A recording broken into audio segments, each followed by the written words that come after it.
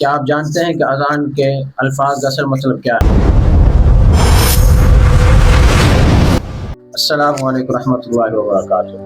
امید کرتا ہوں تمام دوست احباب خیر و عافیت کے ساتھ ہوں گے۔ کیا آپ جانتے ہیں کہ اذان کے الفاظ کا اصل مطلب کیا ہے؟ اگر آپ نہیں جانتے تو آئیے میں آپ کو بتلاتا ہوں۔ اذان کے کلمات جو الفاظ ہیں ان کا مقصد کیا ہے، ان کو کہا جاتا ہے؟ اصل مقصد یہ ہے کہ لوگوں کو اللہ رب العزت کی بارگاہ کے اندر لے کر آنا ہے، انہیں ایک میسج مل جائے کہ بھئی اب نماز کا وقت قریب ہو گیا ہے، تو آئیے اب ہم چلتے ہیں اپنے کام کاج کو چھوڑتے ہیں۔ اللہ اکبر جو پہلا لفظ ہے، جو پہلا کلمہ ہے کہ اللہ اکبر، اللہ سب سے بڑا ہے۔ اللہ رب العزت کی ذات وحدانیت اور اللہ رب العزت کی توحید کو بیان کیا جا رہا ہے کہ اللہ اکبر، اللہ سب سے بڑا ہے، اس سے بڑا کوئی نہیں ہے۔ دوسرے نمبر پر جو کلمہ آتا ہے کہ اشہد ان لا الہ الا اللہ، میں گواہی دیتا ہوں کہ اللہ کے سوا کوئی معبود نہیں۔ اور جو تیسرے نمبر پر اشہد ان محمد رسول اللہ، میں گواہی دیتا ہوں کہ محمد صلی اللہ علیہ وسلم میرے اور آپ کے آقا اللہ کے رسول ہیں۔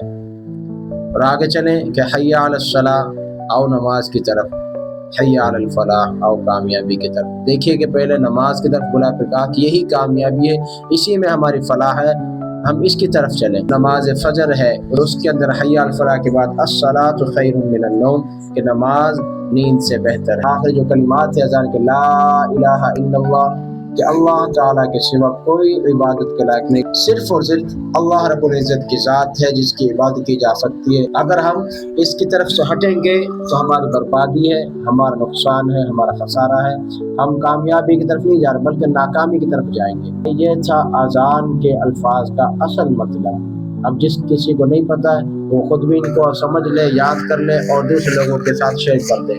انشاءاللہ عزیز نیکسٹ ویڈیو کے اندر ملتے ہیں۔